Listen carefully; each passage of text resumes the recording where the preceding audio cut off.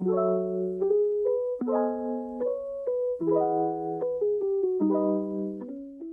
い、皆さんこんにちは。私、メギと申します。29歳です。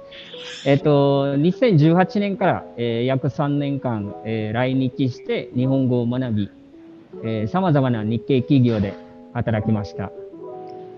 その後、やっと JK ネットワークのおかげで、やりがいがある仕事を見つかりました。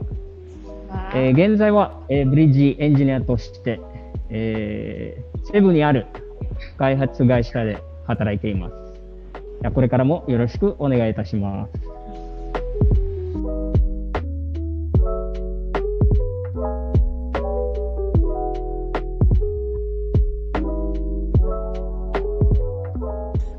Well, it was back in 2017 when I visited, parang nag-vacation ako sa Japan for 30 days.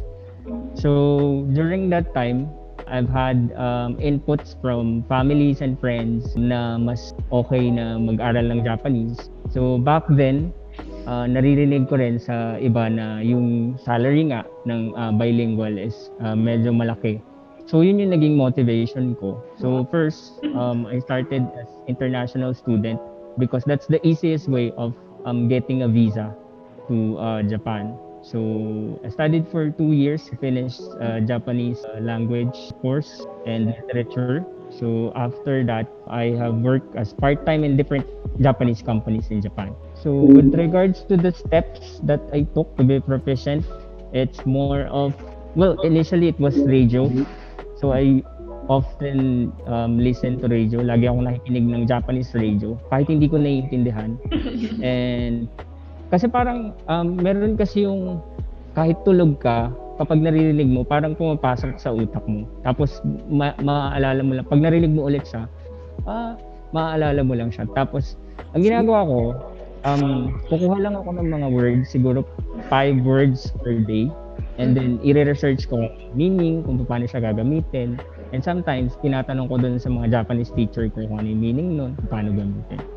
So doon, for me, it's a very effective way kasi within 6 months, I got my JLPT entry from 0 to entry.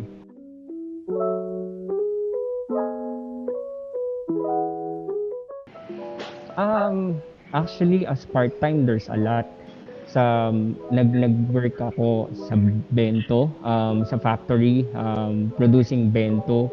Nag-work ako as service crew or sa McDonald's, pero sa Japan na to. Sa McDonald's and sa burger chain din nila doon, yung Moss Burger.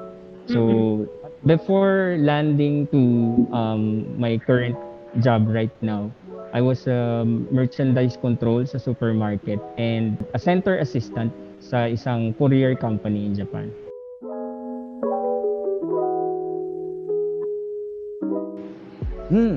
Actually, that's a very, very long story, and you guys can attest the journey with me.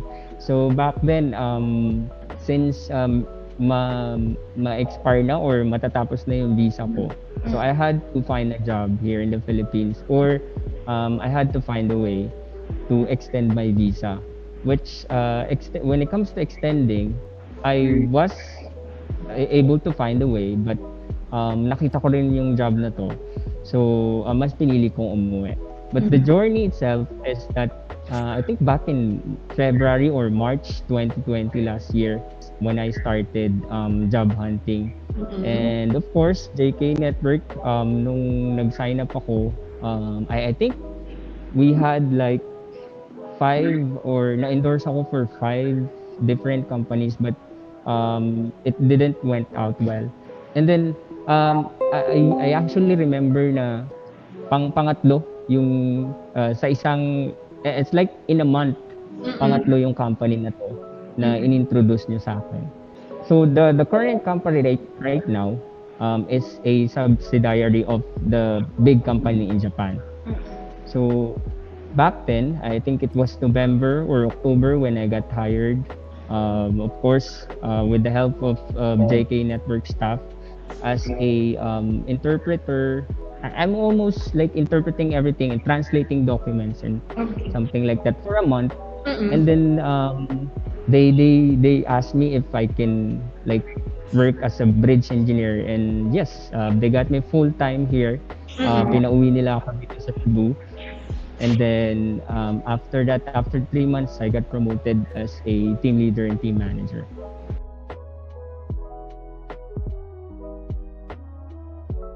Mm, Dun sa main company, well, Mm-mm. JK Network din yung introduce sa akin doon. Pero part-time lang as interpreter and Part-time. translator. Mm-mm. So I worked for a month, I think November to the whole month of November. And Mm-mm. then they told me that if I can go as bridge engineer in the Philippines, which is based in Cebu nga. And then yeah, I accepted the offer.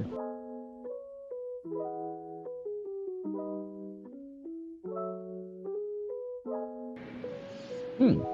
Well, of course, I am a living proof that you can find your bilingual job much easier with the help of JK Network. Simply because they have this support, and they have this like Japanese manner of support when it comes to, for example, they will remind you that, hey, sure, you have an interview during this time. So like a reminder, it's a small thing, pero it's a big thing somehow. And like they will follow up. In the Philippines, like for example, this Philippine company, they don't inform you whether you're accepted or not. So JK Network staff, I can't remember her name or their names, but they always follow up, like what happened to my interview, like what's the status, and if the company didn't reply, they just told you that we're not getting any response, and we'll giving you another. We're gonna search for another company and introduce you to another company. So that small things is actually a big thing for me. For me, that's a big thing, kasi you can get to like what will you do next somehow. So as for the tips, there are a lot of tips online, but yeah, JK Network is one of them. And also, just make sure that you practice your language, and you're focused on whatever the field. For example, if you're IT, then probably practice your IT skills, Mm-mm. something like that.